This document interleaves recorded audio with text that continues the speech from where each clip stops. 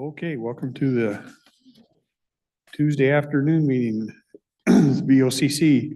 Looks like we're going to start the meeting right off in an executive session. She disappeared. Did they give us a time frame on that? Do you have any idea what they were?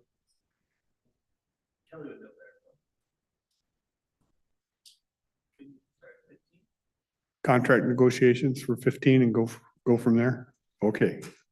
Well, give it a shot. Okay, we'll adjourn.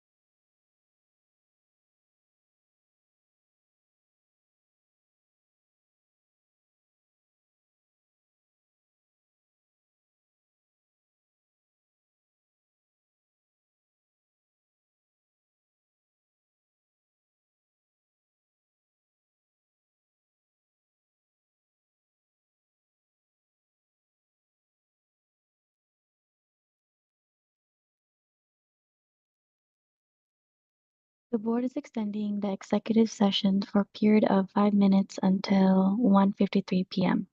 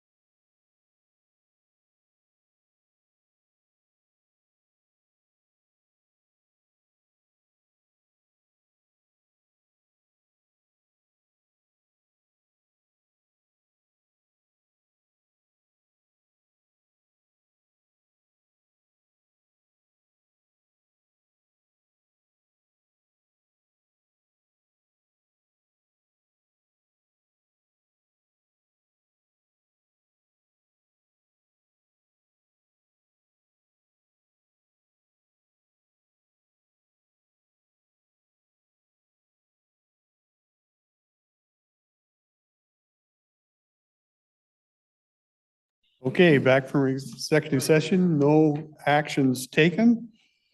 Department updates, HHS.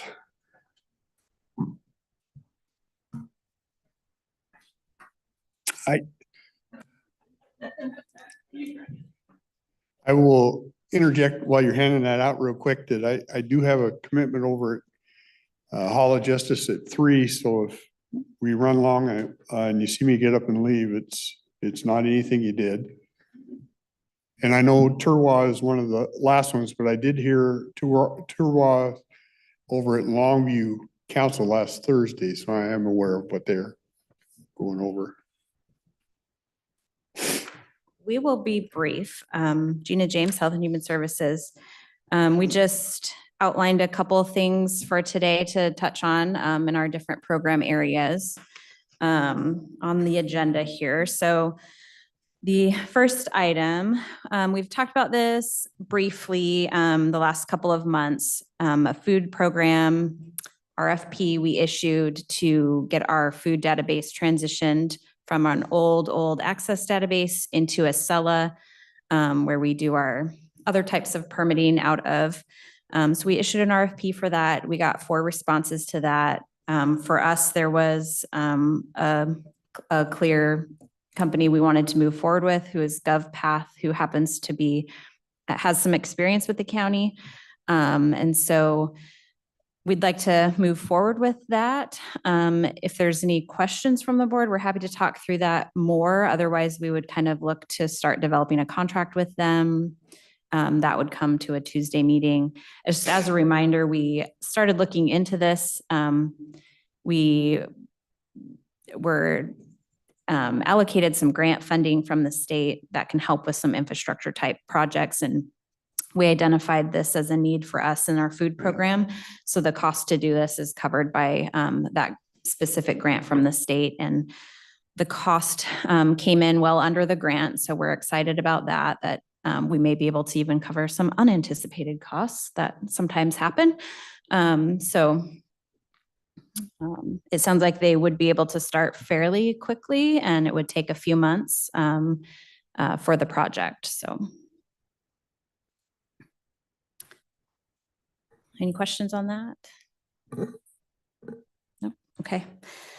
The next item I wanted to touch on, the Consolidated Homeless Grant.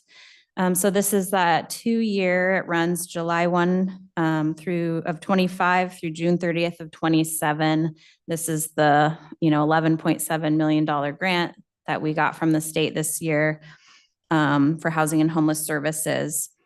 We have about half of that allocated currently for different services. We're looking at some additional projects. I'm kind of having some back and forth dialogue with the state on those, but they did send a contract amendment. What they're doing is they're recapturing some of the fiscal year 26 funds that we anticipate not being spent. They're also issuing some fiscal year 27 funds as well. It ends up being a decrease of about 1.8 million in the contract. So the new contract total would be about 9.8 million. Pardon me? The total 2-year contract. Yep. Is it? I remember when we first started talking about this contract, the state was in the process of revisiting how they award these, using some different metrics. Is that the result of them doing that, or is this something different? No, partially. They will be sort of right sizing contract allocations. And so if we're not utilizing certain fund sources, then we may not see that in our contract the next time.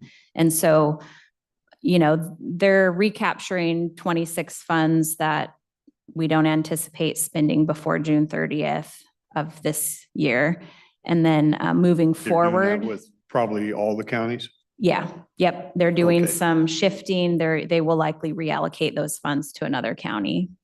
Is that based on our experience, or did we fill out a survey and say we're probably not going to utilize these funds. They reached out to us, or well, they reached out to all counties and said, if you have funds you don't anticipate spending by this time frame, let us know.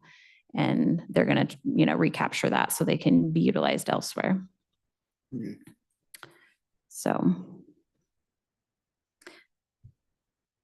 As I mentioned, we are having some back and forth dialogue about a couple different projects. It sounds like some there, they had already approved the project with Kelso School District, so that's getting finalized. We've talked about a project with Janus Youth, with Community House, with a couple others that we're talking more in depth with Commerce about. So once I get if I get an approval from them that they would be okay with using the grant funds for those projects, I'll come back to the board and talk more about what those look like. With the Kelso School District, is that the McKinney-Vento program you're talking about? Yeah. Okay. Yep. That's their what program? Their outreach with homeless youth and McKinney-Vento work that they do.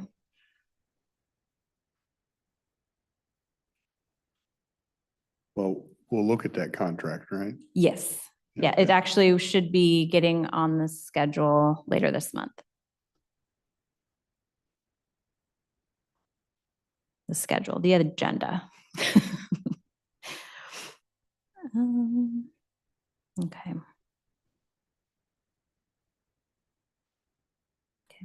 Any questions on the consolidated homeless grant for now? Okay. Veterans relief funding. So we talked a while back about the fund balance that we have there. It's about $1 million. I looked into a little bit with Hoswa and an option to, I just had some conversation about, what would this look like if we wanted to, try to reserve some veteran specific housing units. And they were really interested in that for Goldfinch, for the newest project. If we wanted to use some of the veterans relief funding in that way to secure some veteran specific dedicated units in that building, that they are interested in that. So that is an option for that fund balance if we wanted to explore that even further. Another thing that came up as a need was service animals for veterans. I think there's a couple different organizations in the region that train and provide service animals to veterans. My understanding is the animals are provided at no cost to the veteran. The veteran's responsible for ongoing, medical care of that animal. But the organizations have some cost to purchase the animal and train the animal. So we could look more into that if that's an interest of the board as well, in terms of supporting some of that cost to say, maybe we would fund, 10 service dogs to Cowlitz County veterans or something like that. So that's an option as well. How much do we give them a year? Who? The Veterans Board. The advisory board? Yeah, the advisory board. We don't give any money to the Veterans Advisory Board. So they give input to what the types of assistance and the amount of assistance that veterans can access. That's their primary role, but they themselves, we don't have, they don't utilize the funding as a board in that sense. How much do we give to the veterans a year total? What we get from the taxes, right around 220. 250, Mhm. right in there. Yeah, this last year, I think we were close to 180,000, I think we issued in assistance. We're just working on our year-end report. So I'm happy to share that with you. That'll show kind of the different funding levels and number of veterans and assistance categories. So it's gone up. The assistance amounts have gone up. So the amount of assistance that is being provided has also gone up. So.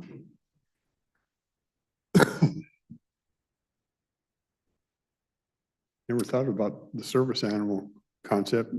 Did you come up with that? Who came up with that? Commissioner Farrell actually That's a- mentioned it. That's a I think good- he good heard thought, it Yeah. Yeah. out and about as a need. It was interesting. So Yeah, it's, and we would with the Veterans Assistance Program, if a veteran applied for medical care for their service animal, that's probably something we would support under a miscellaneous assistance category. But that upfront, sort of sponsoring a service animal is something that we could, if we wanted to set aside X amount of money to sponsor a couple service dogs, we could do that. Gotcha. So. Yeah. So the last item, community development block grant. I'm going to give a little bit of history here. I think Commissioner Dahl probably is slightly familiar, but community development block grants, there's a couple different types of grants with the state. The one we currently have is called the Public Services Grant. In years past, the county has engaged in other types called the General Purpose Grant. Through those grants, there was some housing rehab, or I can't remember exactly what it was, maybe some like energy efficiency programs, something like that, that low-income households could apply for through the county and receive some assistance with their some type of work to their house. We haven't been involved in those types of projects for a long time, but what happens every now and then is when those homeowners who receive that assistance sell their home, there's, because of the assistance that was provided to fix up their home, there's some lien written into their paperwork that if they sell, they have to repay the county back some of that cost. And so we see that come back to us. The state calls it program income when that happens. The last couple times that's happened, it's been $25,000, $30,000 right in there. And the state's direction was you have to use this in your current grant. And so that's what we did. We would use it in our current grant. We received this program income this recently, and it was a little over $10,000. And when we reached out to the state said it's under the threshold. I can't remember if it's $20,000 or $25,000. When it's under a certain threshold, you do not have to utilize it in your grant program, and the county can utilize it however they would like. And so I'm just bringing that to the board to say, we have this $10,000 now at the county that is, we can just give it to Chris wherever he went, or Sean. Which one is he? Sean. I get him mixed up. So we have that funding that's here, and if you want us to use it in our department, the county can use it in the general fund. So that's that. It's kind of an odd one, but yeah. So the state doesn't want it back. And You know how many we have out there, just out of curiosity? I don't. I'm hoping they're kind of winding down. It's every couple of years, it seems like one comes up. Well, I wonder because I don't know when that started, but I know now you have Habitat will help people with that, and CAP has a program for that. So I wonder how much that the state one is needed anymore. Yeah, I know we've not been involved in those types of projects for a number of years, and partly because it is kind of a stickier one. So yeah, I don't know how many might still be out there. Yeah. But so is the recapture a percentage of the appreciation in value based on when they started the program? I'm sure it is some type of formula. Kaylee might know more. She was more involved in those projects back when the county was still doing them. But I imagine it's decreases over time until there's nothing owed. But if they sell their home before that time, then there's some that's owed back. It's a surrender charge. Mm-hmm. Yeah. Interesting. Yeah. So we'll can connect with Sean a little bit on that and go from there. So. I got a question for you, and it came from sitting in on the steering committee meeting last Thursday with WASAC.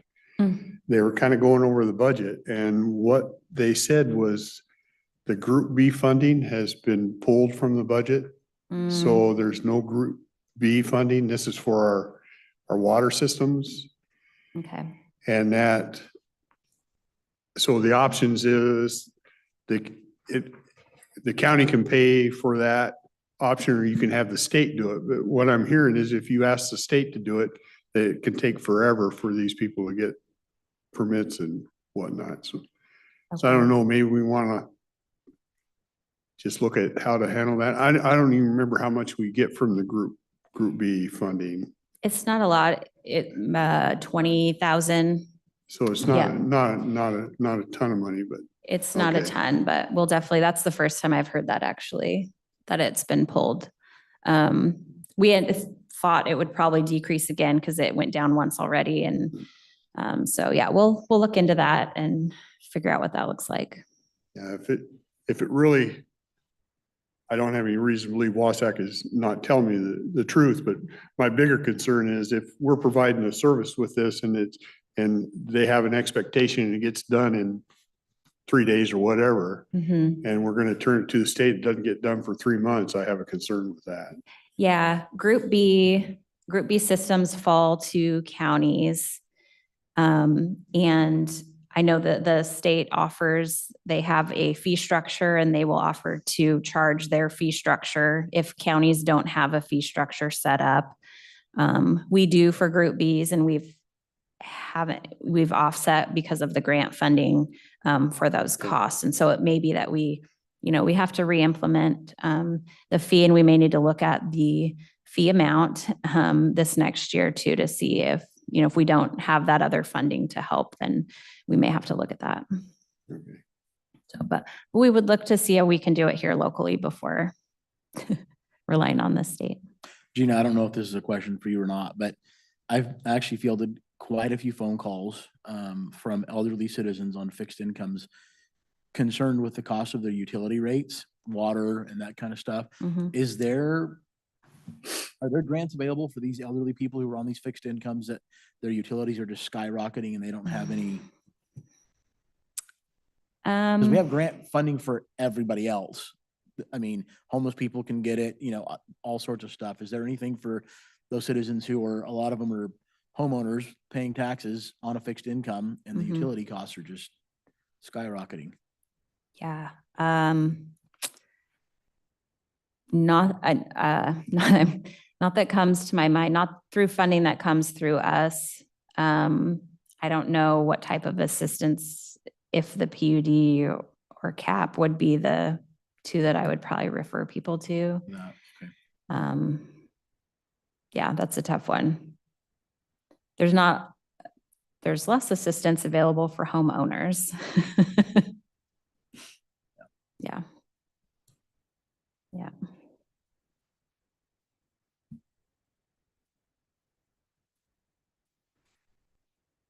Okay. Okay. The last thing I was just going to mention, we have with these meetings, I think the next time we're here, it'll be more about budget. And so we're going to work with Sean on what that looks like for our department. I know we have some grants and different things that makes it a little bit different for us. And so we're going to work with him a little bit on what that looks like. So how we can bring information to you that's useful. So. Okay. Okay. Thanks, Gina. Thank you.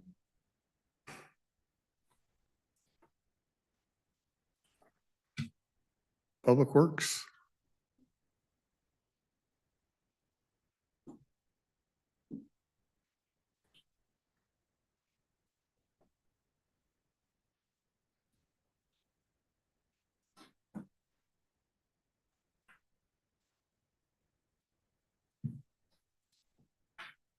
This is.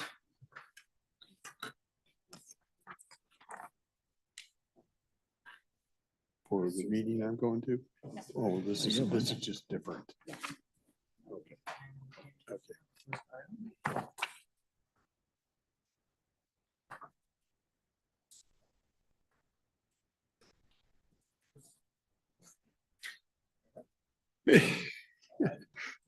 Been a while since you saw you. You've been working on a line, I think.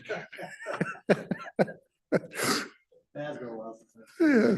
these items here are.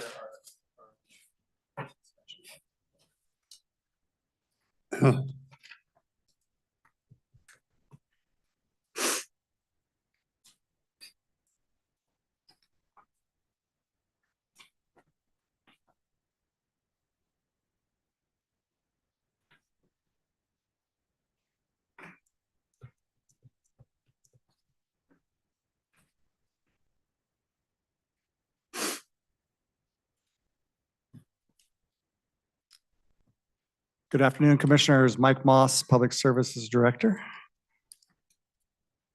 So first thing on our agenda today, we have the amendment to the warranty deed. This is for the headquarters landfill. So I gave you a copy of the current amendment to the warranty deed that we're working on, and then also an exhibit from 2014. So the big point of this amendment is we're changing the infrastructure map. Weyerhaeuser has the timber rights for the trees at the headquarters landfill. And over the years, where infrastructure area is going to change because we're going to add infrastructure from ponds to more cells for taking waste up there. So back in 2014, you can see it was a pretty simple map. And Weyerhaeuser and the county decided to upgrade this map to a little more detail.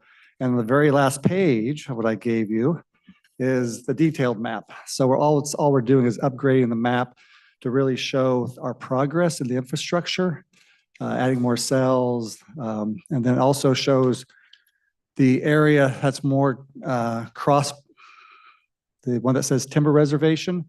That's what they do plan on logging in the next so many years. As our infrastructure enhances and grows, that timber reservation will get smaller and smaller. So over the next 60 years, it'll be zero timber reservation and entire infrastructure.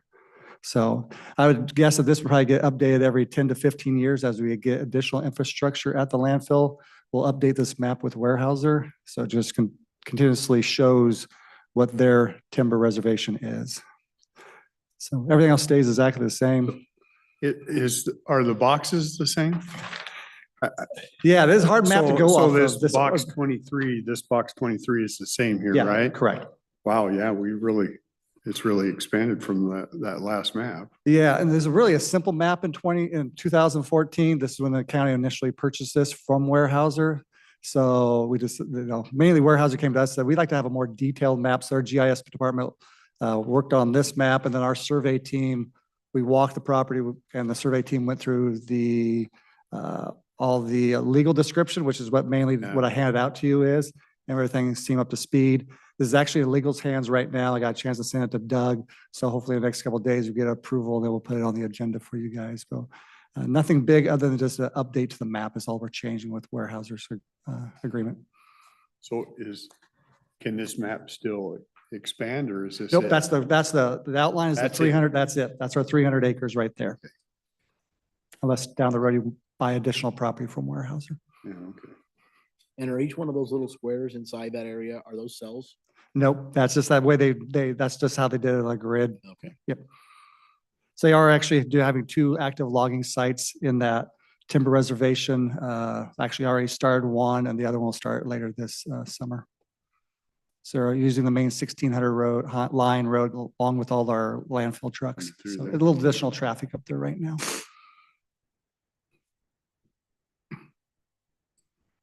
And they'll replant that as they need to, knowing that they like to see our history. They see what the cells get developed out, so they know a certain cell will get developed in say 2040. They may or may not replant that area just due to the fact they know that in 15 years we're going to be taking it back out to go back to another cell.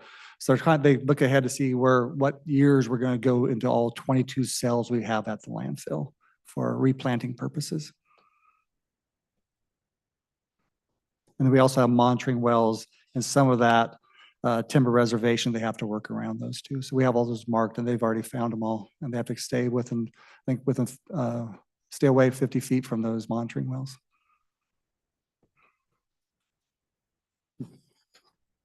Interesting, okay.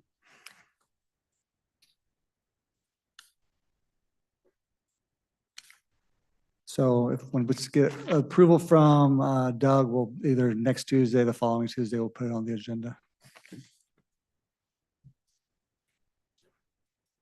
The second item is also dealing with Weyerhaeuser. It's a land use agreement for us and them at the headquarters landfill. As you know, there's quite a few, or maybe not know, a lot of horses in our area off Moore Road over to the landfill. So they're asking for a land use agreement. So Doug and his team and also Weyerhaeuser has been working on this license. I'll read it, this paragraph. Installing, maintaining, and operating a portable horse corral pen on county landfill property at the locations on the map for temporary holding, feeding, loading, and transporting horses gathered from the licensee's property to off-site facilities or locations. So they've been doing this on their own property for quite a few years, trying to corral horses and then train and break these foals and yearlings and then rehome them. As you know, we have lots of horses on the landfill. They're trying to reduce the herd or Yes, keep it at correct. a manageable Well, creep it, level? I don't think they're ever going to be able to reduce it, but probably try to keep it more of a manageable level. And so they've asked if they could put a couple pens in the next year on county property at the landfill because we do have quite a few horses running loose in that area. So it's up, if you guys want to move forward with this land license agreement, we'll certainly bring it to you. If you have any reservations about them putting pens on county property, we won't move forward. So kind of leave it up to you guys if you're okay with this rehoming. I'm not opposed to looking at it. Sounds like they've been doing it for a while just on their land. and They- They're just asking if they can put it on our land. Exactly right. Yeah, they're right outside our property line now doing it. It's kind of a unique thing. They for years, they try to close them in, that they get close and that they run out of the pins. They actually now have a remote system and they have a camera in place.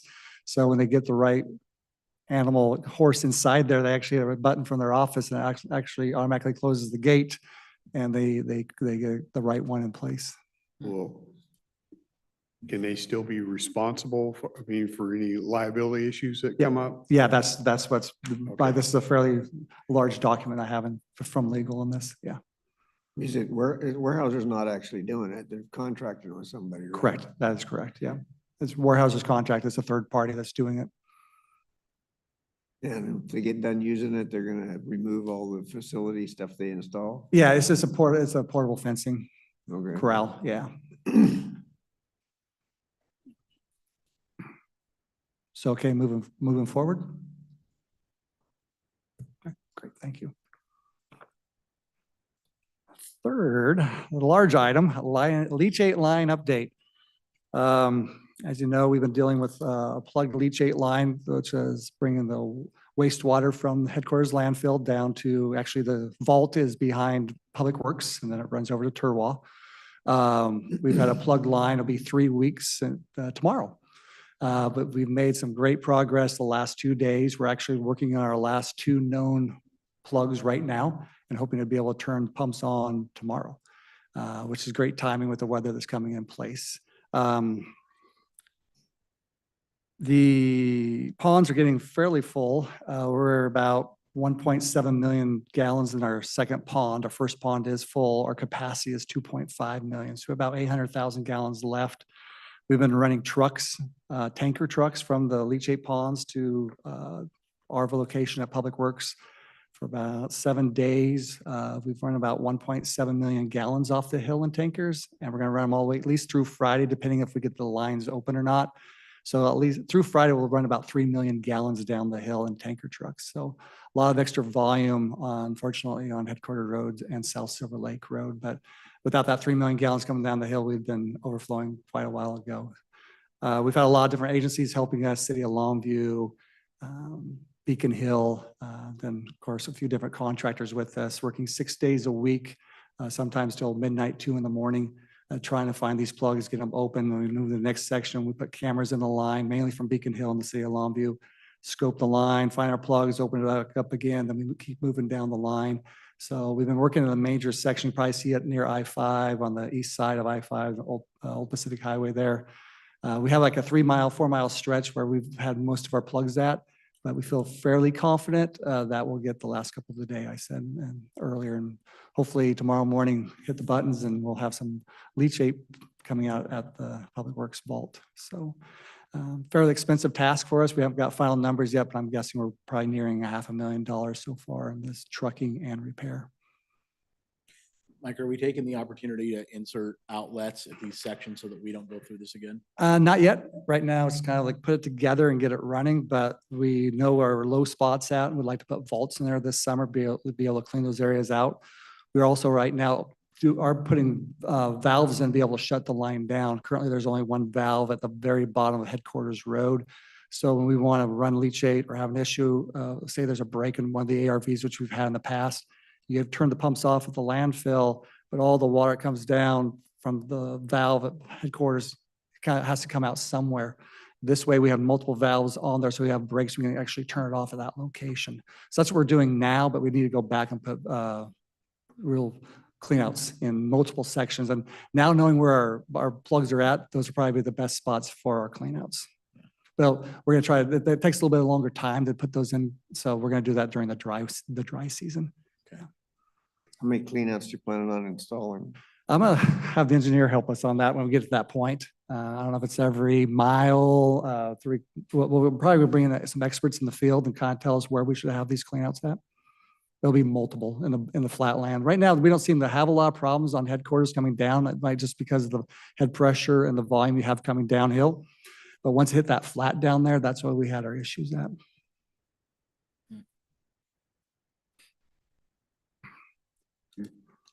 So I'll give you good news. I'll show you a video tomorrow, hopefully of flow in Public Works parking lot, in the vault. That's all I've got on the leachate. Hello, Savannah Clement, Public Works. I did a presentation last week with Sean on facility and property review with the board, and I promised I would come back and ask for further direction or any direction if the board wishes to give it as far as actions on property sales, property reviews, building consolidations, building sales. I just didn't know if you guys had had a chance to review those documents and if you wanted to talk about it. I did, and I personally would like to talk and discuss all of the above that you mentioned. I think there's some good opportunities in each one of those options that we can look at. Okay. And I think that there's some viable options for us to save money and possibly make some too. Okay. Do you guys want to talk about that? Starting with a facilitation meeting, I mean, with one board member, how would you like to approach that? Do you want to do it in a workshop? I don't necessarily care to do it with just one of us. Okay. I guess, oh, go ahead. I think a workshop is a good idea. The only thing I add, I agree. I think there's some opportunities out there, but I'm a numbers guy, so I like to see what those opportunities mean in numbers for like ongoing costs or savings or whatnot. And so I know that takes a little bit of work with Sean, but. Okay, so what we could do, if I'm hearing you correctly, is we can come up with, are you wanting pretty solid future maintenance costs on the large buildings or all of the buildings? Well, you know, when you pick any building, say Okay. right across here, okay, we're okay, we don't need it now, we got everybody housed, but what do you see for the future and what would it cost if we had to rebuild something like that? And does it make sense to get rid of that if we think we have to rebuild in even 10 years? Okay. I mean, just some thought behind it so we make decisions that will last some time. Okay.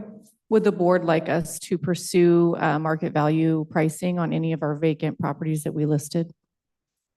We would need board direction to do that. So that's why I'm asking. What's that process look like for you guys? So we would work with our realtor that's on contract with the county. We would provide the property addresses or parcel numbers and get fair market value options on those that we could sell currently. I would do at board direction, the ones that we included. And then come back with pricing on that, on those properties, if that's what the board would like to do. So like we just can't look it up on Zillow? Some of the parcels they're not even in the assessor's parcel search. So that was why I was just going to give tax value, just to give ballparks, but there's a handful that aren't even listed in there for whatever reason. So this would just give truer numbers. I would be okay with that. Okay. But So I've seen one other head nod, so I'll take that. Yeah. Okay, 3, okay. And so we'll work on that. So it sounds like we'll come back in the future and at least have some good understanding on pricing. Okay. Would you guys want us, I don't want to say consider, but maybe it's the right word. In our vacant buildings, looking at different departments, moving those vacant buildings to free up other buildings to sell to, I mean, I want to be the person saying you should move there. That should probably come from the board, but there certainly are some options so far, like say the annex of people moving there that would free up another building to sell. I don't think you can avoid those conversations, right? Mhm. I agree. I think we should look at it. yeah, I Yeah. think we definitely need I it. know, Okay. and I'm not purposely trying to make departments nervous, but I think you have to look at those things just as information. The agenda for Sean's budget meeting next time, is that something we want to incorporate this discussion with that, or is like a separate meeting? You mean the budget meeting for Public Works? No, I'm just saying, I think from my understanding, he was going to come with a pretty good discussion with you guys in the next couple of weeks with budget. I About don't know if this expense was- reductions. Yeah, if this was all encompassed together, if you want this to be a separate discussion, it might get too long one way or the other. Kind of ask him his workload. So currently we have scheduled on the agenda for the 23rd, discussion about expenditures. I think that's gonna be a fairly long meeting already, so maybe the Tuesday, 1:30, 2:30 time might be a better option for that. Okay. So maybe we can follow up the next day. Right off that. Great, thank you. Yeah, that'd be good, because then we could we would have already had a conversation Mhm. about our current expenditures. Okay, great.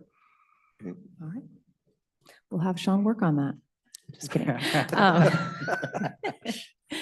And then just a miscellaneous facilities item, the milling project is going well.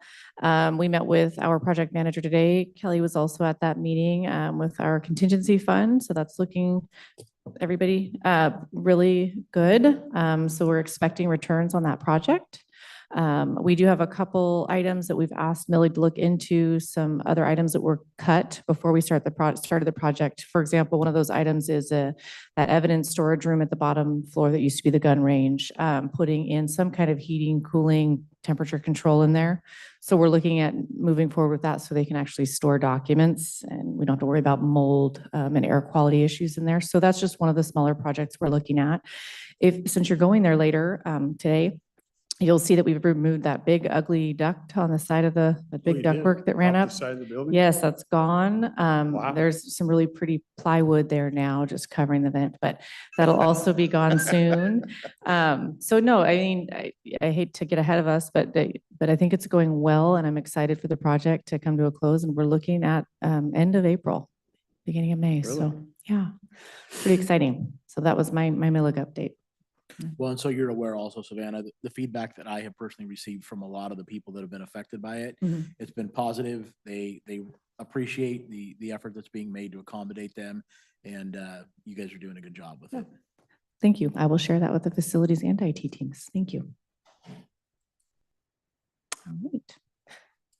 It's the Susan show next. When Susan's coming up, I missed a couple of people. Back at the leachate line, I really need to make sure, thank the 4 shops that we have, Longview, Klamath, Kelso, Castle Rock, but also the landfill team, sign shop, spray shop, ER&R. It's been amazing last 3 weeks because a lot of people we're bouncing around everywhere. We have landfill issues or people trying to even take lunch by loading trucks. We have different teams from the Longview shop, Castle Rock, Klamath, covering those lunches, but also running our vac trucks. And they're working long hours and weekend hours. We have our spray team and we had sign crews out flagging throughout the weeks. So it's been a long 3 weeks for the entire team, not just the landfill team. So I want to thank all of them. They do a good job. Thanks. So we're continuing the waste theme today. Turwa has updated their pretreatment policy, and as a member, we need to adopt it. So I invited Joe to come and give you guys a presentation on the pretreatment policy, and I'm working with Doug to get it through our process, but I thought Joe could give you a much better explanation than I could.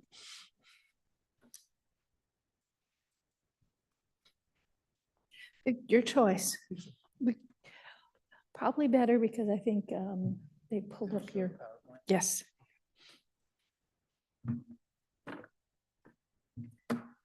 So it's telling us we need a update. Press later.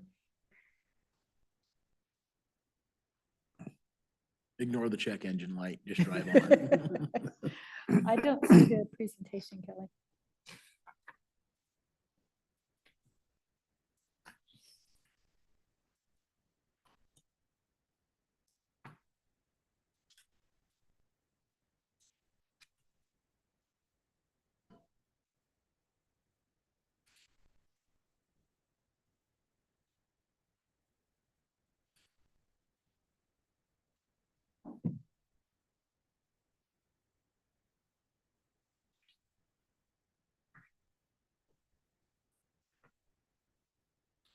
Good afternoon.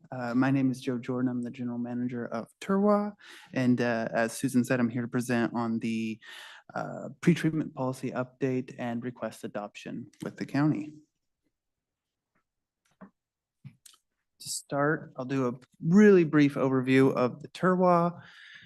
Turwa is a joint municipal utility services authority. We serve the city of Longview, Kelso, Beacon Hill Water Sewer District, and Cowlitz County.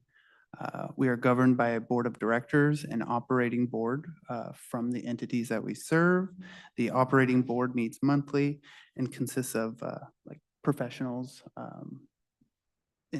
city engineers, public works directors, those kind of things. And then the board of directors meets twice annually and consists of elected officials such as county commissioners and city council members. Turwa owns and operates a 26 million gallon per day activated sludge wastewater treatment plant. In essence, we utilize microbes or bugs, as I'll call them, to treat the wastewater. So to put simply, it's our job as operators to keep the bugs happy so they continue to do what they need to do and treat the wastewater. Turwa staffs 25 full-time employees, 7 days a week. We treat wastewater from a population coverage of 65,000 or approximately. In 2025, we treated 3.1 billion gallons of wastewater, which equates to about 8.5 million gallons per day. The 2026 operating budget is $8.5 million. The Turwa has met budget for 21 consecutive years now. We hope to keep that going. In 2025, we set a new revenue record for hauled waste, bringing in $608,000, which equates to about 5 million gallons of septic and biosolids received from other facilities. I should add, feel free to interject if you have any questions at any time. Before getting into the pretreatment policy, just wanted to do a really high-level overview of the treatment system and kind of have three main takeaways. The first of which are there are three types of dischargers. We have residential, which are the homes and apartments. We have commercial. Those consist of restaurants, auto shops, fast food restaurants. And then we have the industrial. Examples of that is Foster Farms, the landfills, the divert facility now in Longview. And what kind of separates the industrials, they are high flow volume and have high levels of pollutants. The second takeaway is that all users discharge to the publicly owned collection system, which is maintained by each entity, and the flow never stops.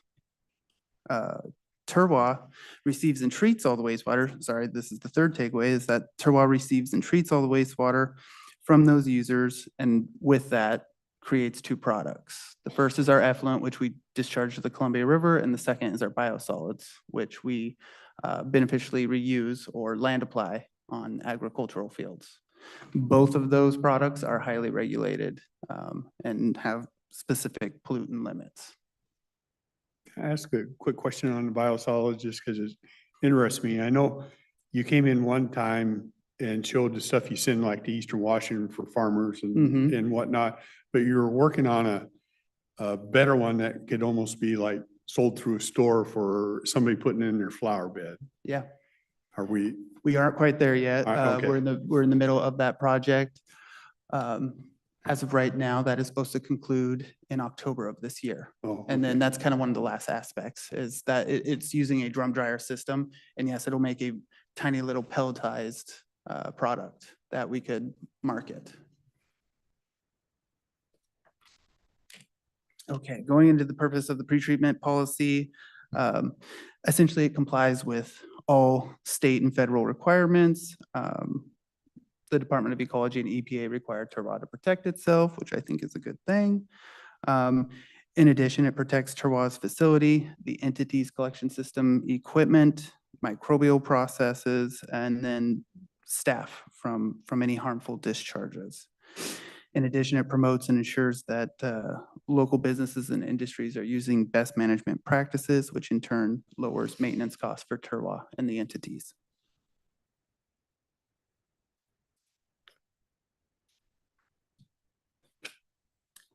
Getting into the pretreatment policy overview, there's just kind of three key elements that I wanted to present on. First is the wastewater discharge permits. The policy itself just governs for commercial user permits. The industrial permits are written and regulated by the Department of Ecology. The commercial users, again, examples are restaurants and fast food places. These are rather simple permits. They have 3-year permit cycles and require routine maintenance and cleaning of the pretreatment equipment. Examples of that are grease interceptors or traps, and then oil water separators. Terroir manages the discharge permit or commercial user discharge permits for Beacon Hill, the city of Kelso, and Cowlitz County. We have 82 active permits. The city of Longview manages their own, and they have 161. And again, Ecology manages the large industry discharge permits, of which we have 8. Terroir works closely with Ecology when we are drafting those permits, or I should say when Ecology is drafting those permits. And then they also utilize the local pretreatment limits to write those permits.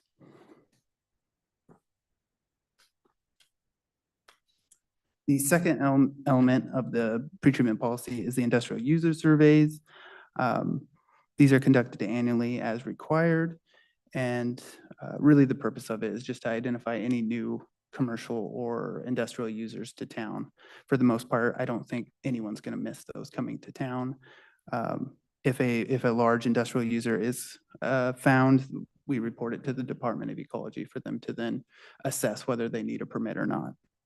For example, in 2025, Terroir surveyed 211 commercial users and industrial users. We gathered 85% responses from them on those surveys, and no new industrial users were identified.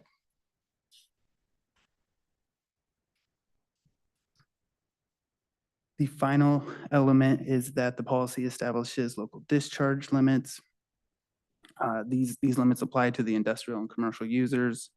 Limits comprise of pollutants of concern that in specific concentrations may inhibit or destroy the biological treatment process or impact the bugs that do the treatment, damage treatment facility or sewer system equipment, compromise Terroir's compliance with various permits, or compromise our 2 products, and then finally pose a threat to human and environmental health. Examples of the limits are oil and grease concentrations are at 100 milligrams per liter. The reason we limit this is excessive buildup can result in blockages in the collection system, which are never a good thing. We have total metals concentrations that protects our biosolids permit, pH limits, which protects our permit compliance and equipment. And then we have a biological oxygen demand, or BOD, of 350 milligrams per liter. And that really is just a general pollutant measurement that in high concentrations can overwhelm a treatment plant and prevent it from its processes. So getting into the specific Policy updates, I did want to note several things. First, the original policy, an existing one, was first adopted in 2012, and there has been no update since that time. So the real driving factor for the update is because the existing limits are based on that older data. And so in order to be more defensible, we needed relevant, more representative data to support those limits. And then finally, the updates do not create any new authority, just updates existing authority parameters.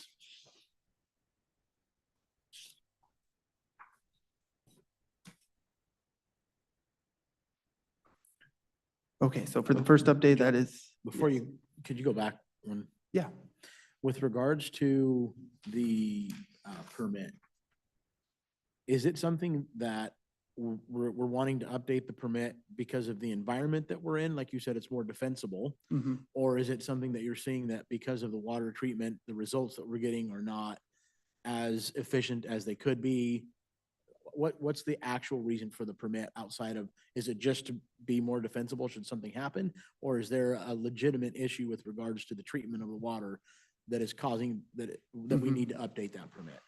For the policy update? Yeah. Yes, I would say it was kind of pressures from industries to look at that. Again, going back to that defensible limits.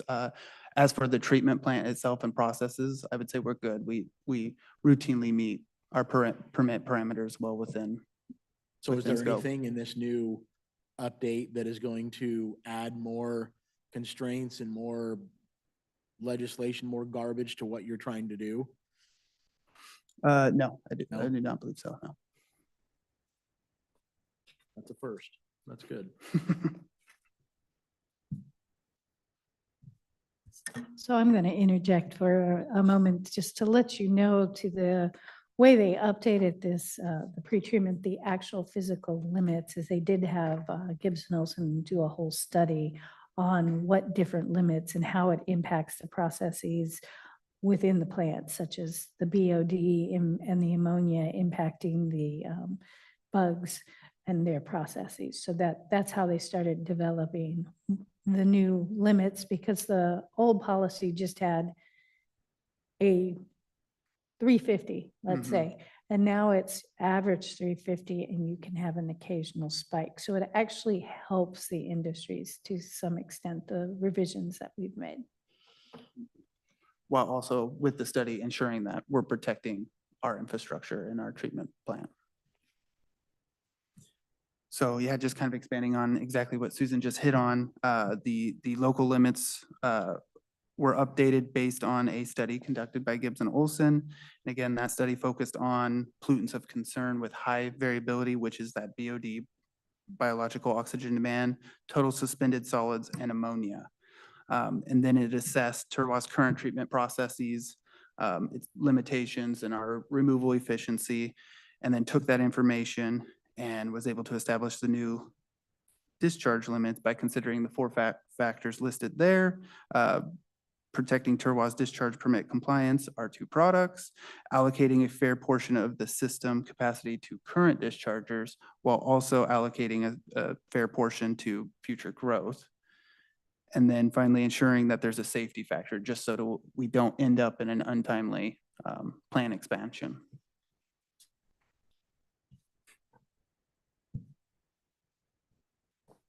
On this slide, we have the existing current limits with the updated limits, as you'll see, and Susan hit on. The updated limits now carry two kind of categories: a daily maximum and a monthly average limit, whereas the previous just had a single limit, which ecology was applying to the large industries permits, which made things less friendly for them, more difficult for ecology, and that the 350, you had a daily max of 350 while also a monthly average of it. So there was no wiggle room there to ever exceed your monthly average, which is typical for permit writing. So with that, we did see an increase in our BOD and TSS for the daily maximum, whereas for the ammonia, which is the most extensive pollutant to remove and least cost effective, I'll say, We actually saw a reduction for those monthly average limits from decreasing it from the 44 milligrams per liter to the 40.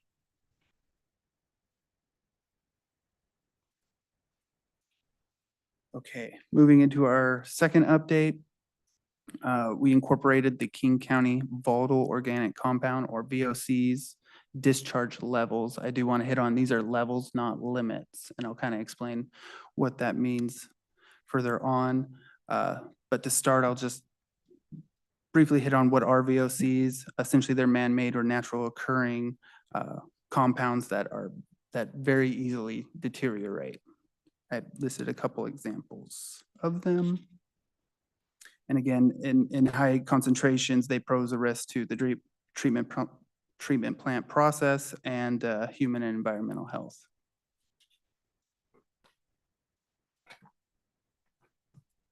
So I'll note kind of the driver for incorporating this is we did have an issue with an industry, and because we didn't have anything in our policy, or at least I should say the policy was vague when discussing volatile organic compounds, we really didn't have any teeth to enact any change with that industry. So that's kind of the driver for incorporating these things. Fortunately, on that note, the industry worked with Turwa and was able to make changes, and it's been a proactive approach to things. So now getting into why we chose King County, it's simply because they did the work for us, really.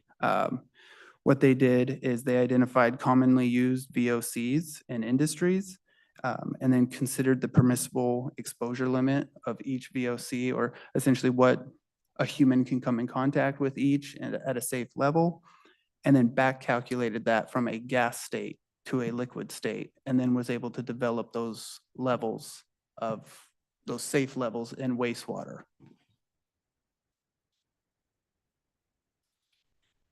So that is the actual table of the VOC discharge levels.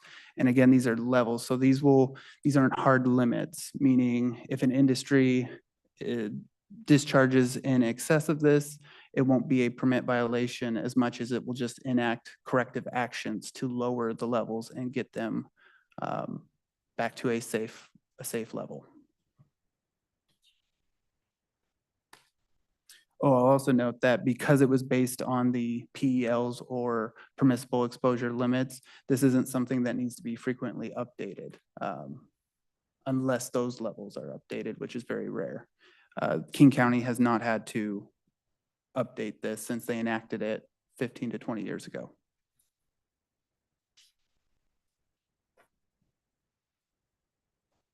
Okay, and then the final update was housekeeping.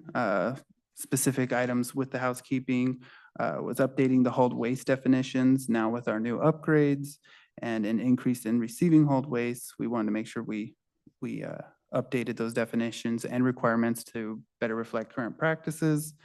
It also added clarifying language for right of entry so that Turwa can continue to conduct compliance monitoring for industrial users. This allows us to ensure we can go on site and collect side-by-side samples and make sure they're complying with their permit.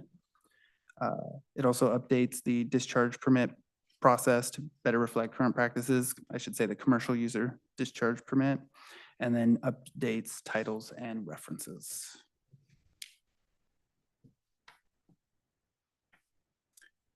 Okay, so at this time, the updated pretreatment policy has been approved by the Turwa Operating Board. And in order for it to go into effect, we have to have all of our entities adopt it. So I am here on behalf of Turwa seeking adoption of the pretreatment policy.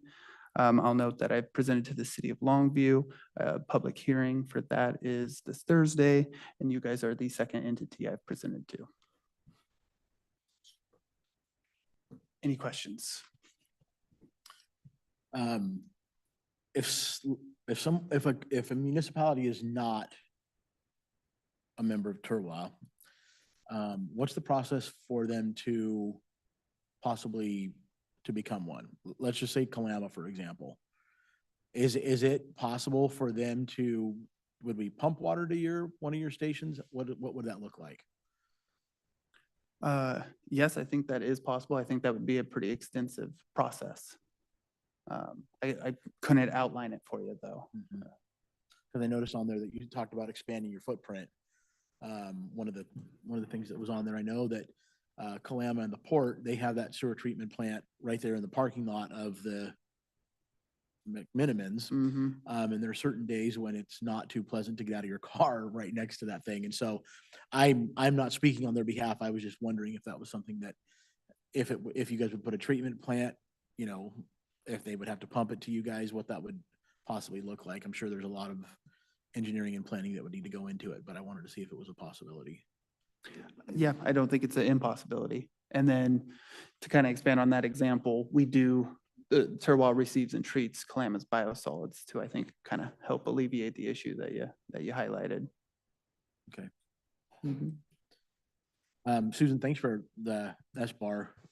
Oh, on that. you're I was welcome. able to go through and read it and get an understanding of what we were going to talk about today, so I appreciate that. No problem. So I'm continuing to work with legal to get the ordinance or resolution, whichever way they're going to go, and then we'll get that in front of you as soon as I have it. Because we adopted this per ordinance as part of the county code in chapter 1515 that specifically says 2020-12 pretreatment policy. And so we're probably going to have to do it as an ordinance with a public hearing. So, but that is with legal working through. Okay, good. Thank you. Okay, do you have anything else? I have two miscellaneous items, if you guys will indulge me. The first is a follow-up from Commissioner Rader's email that was forwarded about cats for the feasibility study. So that is not actually something that Public Works can do. But if they're looking for a funding source, and Sean's going to kill me, but he left. So I think, in my opinion, that would be a viable paths and trails, because they're looking at establishing an alternate transportation system, reduce separated paths. So that might be an avenue of a way the county can help them, even though the facility will not be on our facility, but paths and trails money could probably be applied to that. Okay, and then what about their, one of the other questions that they asked me was with regard to like a flashing speed limit sign, you know, as you're coming into town, similar to what we did in front of Walt's Meats for the crosswalk. Yes. Is that something that, do we have that as an option? That is a state facility, so county road funds cannot be spent on it. Walt's Meats, we worked with them and they actually purchased the lights. We installed them and will maintain them moving forward, but that is on our facility. That is similar to how the flashing school lights were installed as part of their bond process. They purchased the lights, and actually they installed them as part of their contract, but now we operate and maintain them. So I know Rose Valley and Carroll's are good examples. They both have the ones that tell you how fast you're going and they flash at you when you go, but those were school district purchased that we maintain. So is there any circumstance where any of the funding that we have for roads would be, that we would be able to help them with any speed reducing measures or anything like that due to that's a state highway? It's a state highway. So county road fund, it needs to be by statute only used on county roads, county transportation facilities. So if it was a trail along a county road being used as a alternative transportation, that qualifies for transportation dollars, but it needs to be associated with the road. Okay. So as far as the feasibility study for the trail, you think Path and Trails? I think Path and Funding. Trails funding would be the way for them to explore looking into that request. Okay, thank you. And then the other item, I just wanted to follow up from this morning's meeting with Old Highway 99 South by Fulbright. We are working currently on getting an HPA in order to be able to go out and clean that culvert. It is considered a fish-bearing stream, so we just can't go out and dig unless it is a blatant emergency, but we are in the process because we'll have to go out and isolate the stream and trap the fish and do all of our appropriate reporting in order to clear that culvert. It is, the big issue of it is uphill is steep and then it hits the culvert and it's flat. And so everything drops out there. We have quite a few culverts like that throughout the county, and it is on our long list of culverts that we're looking at replacing in the future. But as you heard me say on Friday, we have over 5,000 culverts in the county, so we hit them as we can. And it's, the culvert itself is in good condition. It's just the Design. slope, so. So you're What- talking about the one this morning, the gentleman? Yes, Mr. Portner this And so he morning. was only concerned with the outfall, outfall side of that. No, So what he is talking about, what has been done in the past is they will go out, they'll isolate the stream and they'll clear out, dig a hole basically at the bottom of the outfall with the theory that the rest of the material will wash through and collect in there and clear the culvert and of course not clog the stream downstream.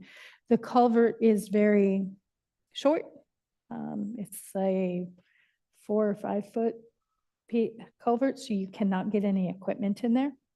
So you can only really clear the two ends because it's old Highway 99 and that section is quite wide. So I don't know the actual length, but it is an 80 or 90 foot culvert and it's too large to jet like we would do with a 24-inch culvert, but it is something we clear the ends of. But we can't get under there. It's too small for a person and it's too small for a piece of equipment. So we are looking at cleaning the ends this summer like we have in the past. The permit was submitted a couple weeks ago. I checked with staff. I thought it was one of the ones we were planning on doing this summer. sometime this summer. Okay. Yes, what during the fish window, which I can't remember what it is for that stream. Excuse me, I believe it's an earlier window. I think it's a mid-July to mid-August window versus things up in Tootle because it's lower, closer to the Columbia itself. So the fish window's earlier. So a couple of questions on that. Can you help me understand what the definition of a fish bearing? I know that sounds redundant, but is it 1 fish per 10 feet? How many fish is it? And why is there a window that we can do work? If they're there, they're there. I mean, because I don't think there's salmon running through that little creek. So what is a fish bearing stream and why do we have windows on them? Because if there's fish in the river, there's fish in the river. So the windows are based on spawning and when there's eggs in the river. I'm not a biologist, so I don't understand. I've never done a deep dive into how they establish them, but it has to do with the times that there would be us digging in the stream or disturbing would be detrimental to spawning and fry in particular is what they're looking for us not to disturb because they figure the old ones are more likely to survive. So that's what they base those fish windows on. And I'd have to read a little better to give you a better answer, more correct and thorough. And the fish number, I don't know what the fish number is based on. Some of it is based on traditional fish streams. If I-5 and the railroad weren't there, this would be a fully accessible stream off the Columbia. I don't know what those downstream are considered, what passability those have. So I think if they said it's a past fish-bearing stream, traditional, they consider it fish still, even unless it's 100% blockage. And I don't believe they're 100% blocked on that stream. I have seen some weird places considered fish-bearing streams that are upstream of diking pump stations that they're still saying are fish streams because there's different windows depending on where you are with the fish migration. We have the salmonoid species and then we have aquatic organism requirements also, which would be your resident trout, your frogs, your salamanders, everything that lives in the stream.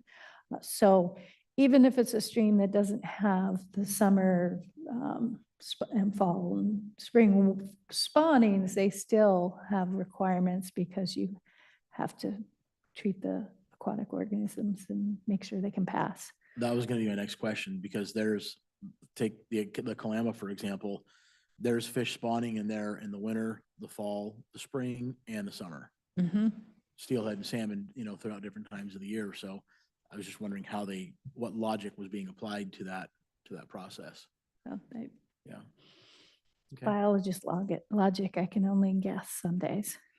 So Yeah. imagine somewhere somebody's got a list of what they think all the fish are that are in that particular body of water. Yes, you can actually go on, well, for the salmon species, you can go on Fish and Wildlife's website and they have a map. It's called Salmonscape.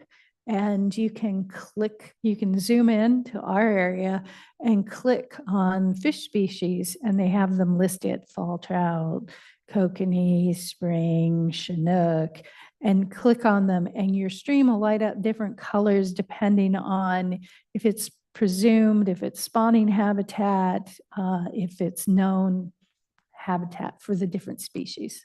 So if it's presumed, it's not known, somebody just says, I think maybe this could be what if. There are some that are presumed. There are lots that the presumed, I believe, are dashed lines and the known are solid lines, if I remember correctly from the last time I was on it, because it is something we check. I had a conversation with a fish biologist about the Kalama, and she said to me that there's no chum on the Kalama River. And I said, I beg to differ. I have a picture of one that we caught on the Kalama River. And so, yeah, I don't really know that it's an exact science. I think there's a lot of hypothesis that goes into it, and a lot of money that we chase and throw after those hypotheses. No. So when you have to go in and block off shacks in a river and count the fish and do all of that, does somebody record what every species of fish is? And oh my God, here's one we didn't know was in here. When we isolate a stream, yes. Sure. So we isolate the stream, you water it, and then shock it, and they record how many of each species and what size they are when we remove them. Because the last one we did was garlock, and I brought you what it was because I was surprised at some of the things they found in there. And the number of lamprey they found was just mind-boggling to me because they found a bunch of, I think it was over 100 about this size lamprey in the garlock when they were dewatering. So.